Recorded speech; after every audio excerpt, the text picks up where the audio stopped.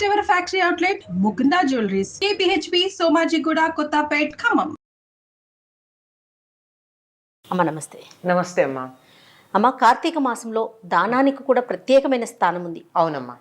దానం అంటే ఏంటి? ఏ ఏ వస్తువులు మనం దానంగా చేయాలి? ఎవరు స్వీకరించాలమ్మా?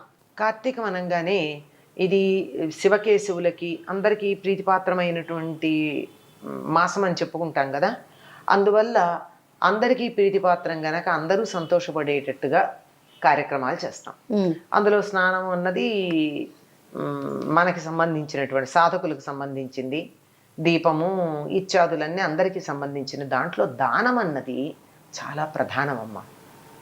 ఈ దానాలు ఏం చేయాలి అంటే ఒక్కొక్క పురాణాన్ని అనుసరించి మనకి పద్మపురాణంలోను స్కాంద పురాణంలోను అన్నింటిలోనూ విడివిడిగా చెప్పబడి ఉన్నాయి కదా. దాన్ని అనుసరించి స్వల్పంగా భేదాలు ఉన్నాయి. ఏ రోజు ఏది చేయాలని మొత్తం మీద అన్నీ చేయవలసినవి ఏమిటంటే మనకి దానం అనగానే ఏం గుర్తొస్తుందమ్మా? ధనం ఇస్తాం, అది గుర్తొస్తుంది. ధనమే కాదండి ఇవ్వవలసింది, అందులో బంగారం, ఇంకా లెక్కలు చెప్తారు. ఏదో దశవిధ దానాలు అని చెప్పి బంగారము, వెండి, ఇనుము, రాగి, నువ్వులు, కందులు, బియ్యం, ఇట్లా ఏవో చాలా చాలా చాలా చెప్తారు. ఇవన్నీ ఇవ్వచ్చు. కానీ వీటిల్లో పుచ్చుకునే వాళ్ళు కూడా ఉండాలిగా. నువ్వులు ఇస్తే ఎవరు పుచ్చుకుంటారు, ఉప్పు ఇస్తే ఎవరు పుచ్చుకుంటారు, ఇంకేదో వాటితో కలయిక అయితే తప్ప. కానీ వాటి గురించి పెద్దగా కూడా ప్రస్తావన లేదు. అయితే ఇందులో దానం చేయడం అనేటటువంటి విషయానికి వచ్చినట్టయితే కార్తీక పురాణంలో మనకు కనపడేటటువంటి దానాలు చాలా చిత్రమైన దానాలు కనపడతాయి. ఒకటి సాలగ్రామ దానం, మరొకటి కన్యాదానం. కన్యాదానం ఇటువంటివి కూడా దానాల కిందే లెక్క వస్తాయి గనక వీటిని చేస్తే కూడా అంతులేనటువంటి ఫలితం లభ్యమవుతుంది. వీటికి సంబంధించిన కథలు మనకి కార్తీక పురాణంలో ఉంటాయి. మనం వింటూనే ఉన్నాం కదా కార్తీక పురాణం, అందులో ఉంటుంది. ఇది సాలగ్రామ దానం అంటే ఏమిటి? సాలగ్రామం సాక్షాత్తు విష్ణు స్వరూపం. ఈ విష్ణు స్వరూపంగా ఉన్నటువంటి సాలగ్రామాన్ని తీసుకుని ఎవరికన్నా దానం ఇచ్చారు అంటే ఏమైందండి, ఎంత ఖరీదైందా అది సాలగ్రామం దానం ఇవ్వడం? ఏదో కొంటాము, లేకపోతే దొరుకుతుంది, నర్మదా తీరానికి అక్కడికో గండకీ తీరానికో పెడితే దొరుకుతాయి, తెచ్చి పెడతారు. దాన్ని దానం ఇవ్వడానికి ఏమంత పెద్ద విశేషం అని చెప్తారు? కాదు. ఏదైనా దానం ఇచ్చేటప్పుడు దానానికి మామూలుగా ఒక వస్తువు అట్లా ఇచ్చేయడం ఉండదమ్మా. ఇప్పుడు మనం పూర్వం రాజులు ఆవుల్ని దానం ఇచ్చారనుకోండి, ఆవుల్ని దానం ఇస్తే ఆవుల్ని చూరుకునేవారా? కాదు. ఆవుకి ఎన్ని ఆవుల్ని ఇచ్చారో వాటికి కనీసం సంవత్సరానికి సరిపడిన గ్రాసం ఇవ్వాలి. గడ్డి దానం ఇచ్చిన వారమ్మా ఊరికే ఇచ్చేసి నాకు గోదాన ఫలితం రావాలి అంటే ఎలా వస్తుంది? కనీసం ఇప్పుడు కూడా ఎవరైనా గోవుని గనక దానం ఇచ్చినట్టయితే తప్పనిసరిగా సంవత్సరానికి సరిపడా గ్రాసం ఇవ్వాలి, గడ్డికి ఇవ్వాలి. దాని అంటే గోమాతకి సరిపడా ఆహారానికి సంబంధించి ఇవ్వాలి, మనం ఇవ్వాలి. ఇంకా రాజులైతే ఎన్ని గోవులు ఇచ్చారో వాటికి సరిపడినటువంటి గడ్డి దొరికేటటువంటి స్థలాన్ని ఇచ్చేవారు. గడ్డి ఎక్కడ ఇస్తారు? ఇన్ని ఎకరాలు ఇచ్చేస్తే గడ్డి తింటాయి అవి. ఆ తర్వాత ఆ గోవుల్ని పాలించటానికి గోపాలకులు, ఆ గోపాలకులకు జీతం ఇయ్యద్దు, దానికి కొంత స్థలం, ఇవన్నీ కలిపి ఇచ్చేవాళ్ళు. ఇప్పటికి కూడా మనం గోదానం చేసినట్టయితే గోవుతో పాటుగా 2 పాత్రలు ఇస్తారు. ఒకటి దానికి నీళ్లు పట్టడానికి, మరొకటి అంటే నీళ్లు చల్లడానికి, నీళ్లు తీసుకెళ్తారు కదా పాలు తీయడానికి, ఆ నీళ్లు తీసుకెళ్ళడానికి ఒక పాత్ర, పాలు తీయడానికి ఒక పాత్ర. పాలు తీయడం అయిపోయాక మళ్ళీ ఆ కింద ఉండేటటువంటి ఆ పొదుగు కడుగుతారు, ఈగలు దోమలు దాని మీద వాలకుండా. కనుక పొడుగుని కడగడానికి నీళ్లు పట్టుకెళ్ళాలి కనుక నీళ్లు పట్టుకెళ్ళేందుకు ఒక పాత్ర, పాలు తీసుకునేందుకు ఒక పాత్ర, 2 తప్పనిసరిగా గోదానంలో భాగంగా ఇవ్వాల్సిందే. ఇవి మాత్రం మిగిలి ఉన్నాయి. కానీ అది గ్రాసానికి అని చెప్పి 10 రూపాయలు 100 రూపాయలు పెడతారు. నిజానికి అట్లా చూస్తే ఏం ఫలితం ఉంటుందమ్మా? వచ్చే ఫలితం కూడా అంత కక్కుర్తిగానే ఉంటుంది. కనీసం సంవత్సరానికి సరిపడినటువంటి గ్రాసం ఇవ్వాలి. రాజులైతే గోపాలకులు వాళ్ళకి జీతాలకు కావాల్సినటువంటి పొలాలు, ఆ గోపాలకుడికి కూడా 1 ఎకరం ఇచ్చేస్తే వీళ్ళ గోవులను చూసుకుంటూ ఉంటాడు, దాని మీద బతుకుతాడు. అట్లా మీకు ఈ సంగతి మనకి రామాయణంలో త్రిజటుడికి ఆవులను ఇచ్చినప్పుడు రాముడు చెప్తాడు గోపాలకుల్ని పిలిచి, వీటన్నింటినీ తీసుకుని వెళ్ళి ఆ బ్రాహ్మడి యొక్క ఆశ్రమంలో వీటిని తీసుకుని మీరు వెళ్ళండి అని చెప్తాడు. అర్థమైంది కదా? వివరంగా చెప్పాలా? ఆ మాట అర్థం చేసుకున్న వాళ్ళకి అర్థమవుతుంది. అట్లా సాలగ్రామాన్ని దానం ఇచ్చేటప్పుడు ఏం చేస్తారంటే సాలగ్రామానితో పాటుగా దానికి పూజకి కావలసినటువంటి వస్తువులకి సంబంధించిన సొమ్ము కూడా ఇవ్వాలి. ఓహో.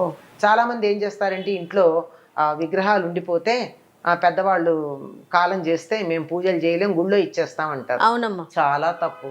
గుళ్ళో ఇచ్చేటప్పుడు కనీసం 1 సంవత్సరానికి సరిపడా దానికి ధూపదీప నైవేద్యాలకి సొమ్ము ఇచ్చే ఆ విగ్రహాలు ఇవ్వాలి. ఊరికే ఇస్తే లాభం లేదు. ఓహో. అందరూ తెచ్చి ఇప్పుడు నేను పూజ చేస్తున్నానని అందరి విగ్రహాలు నాకు ఇస్తే రోజు వాటిని కడగడం, బొట్లు పెట్టడం, పూజ చేయడం, నైవేద్యం పెట్టడం నాకు బరువు కాదు. గుడికైనా అంతే కదా. కనుక సాలగ్రామ దానం అంటే ఎందుకు విశేషమో చెప్తున్నాను. విష్ణు స్వరూపం అయి ఉండడంతో పాటుగా ఒకటి దానం చేస్తున్నాడంటే దానికి దక్షిణ, దానికి మిగిలినటువంటి హంగులు అన్నీ కలిపి ఇవన్నీ ఉంటాయి. అలాగా సాలగ్రామ దానం, దానికి సంబంధించిన ఇతివృత్తం ఉంది మనకి ఇందులో కార్తీక పురాణంలో. అట్లాగే కన్యాదానం, తమకి ఆడపిల్లలుగా ఒక రాజుకు సంబంధించిన కథే కన్యాదానానికి సంబంధించి. నీకు ఇటువంటి దుస్థితి వచ్చింది అంటే వాడు అమ్ముకున్నాడు ఆడపిల్లని, అమ్ముకున్నందువల్ల ఇటువంటి దౌర్భాగ్య స్థితికి వచ్చాడు. ఆడపిల్లల్ని అమ్మకూడదనే సంగతి కూడా మనకు అక్కడ తెలుస్తోంది. అయ్యాక నీకు ఇది దుస్థితి పోవాలంటే ఒక కన్యని దానం ఇవ్వమంటే మళ్ళీ ఒక కుమార్తెనికైనా ఆవిడికి దానం ఇచ్చిన తర్వాత, కన్యాదానం చేసిన తర్వాత అతడికి ఆ దురదృష్టకర పరిస్థితుల నుంచి బయటపడతాడు. ఒకవేళ అది కాకపోతే ఏం చేయొచ్చు అంటే, ఎవరన్నా ఆడపిల్లలకి పెళ్లి చేస్తుంటే పెళ్లి ఖర్చులు భరించవచ్చు. పూర్తిగా కాకపోతే కొంత భాగం అన్నా భరించవచ్చు. లేదు ఎవరన్నా వాళ్ళ పిల్లలకి ఒడుగు చేసుకుంటుంటే ఆ ఒడుగు ఖర్చు భరించవచ్చు. ఇవన్నీ కూడా దానాల కింద లెక్క వస్తాయి. ఇటువంటివన్నీ కార్తీక మాసంలో గనక చేసినట్టయితే ఫలితాలు చెప్తాడు అందులోనే. ఏదో ఇన్ని అశ్వమేధాలు చేసిన ఫలితం, ఇంతకాలం పాటు నువ్వు స్వర్గంలో ఉంటావు లేదా శివలోకంలో ఉంటావు అని చెప్పేటటువంటి ఫలితాలు చెప్తాడు. కానీ అవన్నీ మేము చూడం కదండి అనేవాళ్ళు చాలామంది ఉన్నారు కదా. అవన్నీ చూస్తారో లేదో, అవుతాయో లేదో నమ్మని వాళ్ళకి మనం చెప్పలేము. కానీ ఇక్కడ మాత్రం నేను ఎవరికన్నా వాళ్ళ అమ్మాయి పెళ్లి చేసుకోవడానికి సహాయం చేస్తే నా పట్ల కృతజ్ఞత కలిగి ఉంటారా, ఉండరా? ముందు మనకి ఎంత తృప్తిగా ఉంటుంది. అలాగే కొడుకుండి ఒడుగు చేసుకోలేని పరిస్థితులు, ఇవాళలాగా సామూహిక ఉపనయనాలు, గంటలో ఉపనయనాలు లేవు కదా ఆ రోజుల్లో, కనీసం 5 రోజులు. మరి చేయాలంటే దాంట్లో కనీసం కొంత భాగం, నేనంతా ఇవ్వలేను, ఒక బ్రాహ్మడికి ఇచ్చే దక్షిణ ఇస్తా, అది ఓ పురోహితుల్లో ఒకళ్ళకి ఇచ్చే దక్షిణ, లేదా ఒక ఖర్చు, ఒక భోజనం, సమిధలు, నెయ్యి, ఏదో ఒకటి. ఇలా తన వంతు తన శక్తి ఎంత ఉంటే అంత ఒకళ్ళు ఒడుగు చేస్తూ ఉంటే కానీ, అమ్మాయి పెళ్లి చేస్తూ ఉంటే కానీ సహాయం చేసినట్టయితే కార్తీక మాసంలో చాలా ఫలితం ఉంటుందంటారు. సరే, ఇంకా డబ్బు అంటారా, చెప్పనే అక్కర్లేదు. మిగిలినప్పుడు ఎట్లా ఉన్నా బ్యాంకుకి వెళ్ళి మరి చిల్లర తెచ్చుకుని ఇలా పట్టుకెళ్ళి సంచితో అందరికీ తలక రూపాయి వేస్తూ ఉంటారు చాలామంది. పుణ్యం మూట కట్టుకు వెళ్ళిపోదామని. మంచిదే, అదైనా మంచిదే. కానీ అంతకన్నా ఉత్తమం ఏమిటంటే ఒక సత్కార్యానికి చేయడం. ఆ రోజుల్లో చెప్పలేదు కానీ ఇప్పుడు మనం ఇంకోటి కూడా చేయొచ్చు. ఏమిటంటే ఎవరన్నా చదువుకుంటున్నామంటే వాళ్ళ చదువుకు సహకరించవచ్చు. ఇటువంటివి నిజమైనటువంటి దానాలు. ఇటువంటి దానాలు ఏవైనా చేస్తామని మనం కార్తీక మాసంలో సంకల్పం చేసుకుని వీలైతే చేయడం మొదలు పెడితే అనంతమైనటువంటి పుణ్యం లభిస్తుంది. అందులో ఎటువంటి సందేహం లేదమ్మా. అమ్మ, దీపంని కూడా దానం చేస్తారు. వీటిల్లో దీపదానం కూడా ఒకటి ఉంది. ఈ దీపదానం ఏమిటంటే దానికి కూడా సంబంధించి ఇతివృత్తం ఉంది. ప్రతిరోజు పిండితో ఒక దీపం చేసి దాంట్లో ఆవు నెయ్యి వేసి వెలిగించి రోజు ఒక బ్రాహ్మడికి తాంబూలంతో పాటు దాన్ని ఇచ్చి, అంతా అయిపోయిన తర్వాత చివరి రోజున దాన్ని వెండి ప్రమిదలో బంగారు ఒత్తి వేసి ఆవు నెయ్యి వేసి వెలిగించి అదే బ్రాహ్మణుడికి రోజు ఎవరు తీసుకుంటారు వాడికి, అంటే రోజు పిండి దీపం ఏమో ఒకళ్ళకిను వెండి దీపం ఇంకోళ్ళకి ఇవ్వడం అన్యాయం. అవునండి. అలా అతనికే ఇచ్చి బట్టలు పెట్టి వీలైతే భోజనం పెట్టి దక్షిణ మన ఓపాన శక్తి ఇవ్వడం అన్నది ఇలా గనక చేసినట్టయితే ఎంతో గొప్ప స్థితి లభ్యమవుతుంది అని చెప్తారు. ఈ దీపదానంలో మరి ఎవరన్నా మాకు వెండితో ప్రమిద చేయించే శక్తి లేదండి, మీరు అప్పుడు బంగారు దీపం ఇవ్వచ్చండి. ఎట్లా అంటే ఉసిరి పండు మీద దీపం పెడితే బంగారు ప్రమిదలో దీపం పెట్టిన ఫలితం అంటారు. అబ్బా.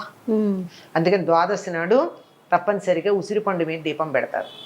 ఇంకా కొంతమంది మనకి ఏదైనా ఉంటే ఇంకా కావాలి కదా, ఇంతలో అంత లాభం వస్తుందంటే మరీ ఉంటుంది. ప్రతిరోజు ఉసిరి పండు మీద దీపం పెట్టేవాళ్ళు కొంతమంది కనపడతారు. సరే, వాళ్ళ ఓపాన శక్తి వాళ్ళ ఇష్టం అనుకోండి. కనీసం ద్వాదశి నాడైనా ఉసిరి పండు మీద దీపం పెడతారని లేదా ఇలా అయినా దానం ఇచ్చి నా శక్తి ఇంత నిజంగా కొనలేని పరిస్థితి అయితే, ఎప్పుడైనా సరే శక్తి ఉండి మానేస్తే ఫలితం రాదు. శక్తి లేని సందర్భంలోనే నాకు ఇంతే శక్తి ఉంది అని చెప్పి నమస్కారం చేసి ఉన్నంతలో చేస్తే మంచి ఫలితం ఉంటుంది. ఎంత వివరంగా చెప్పారమ్మా. నమస్తే. నమస్తే అమ్మా.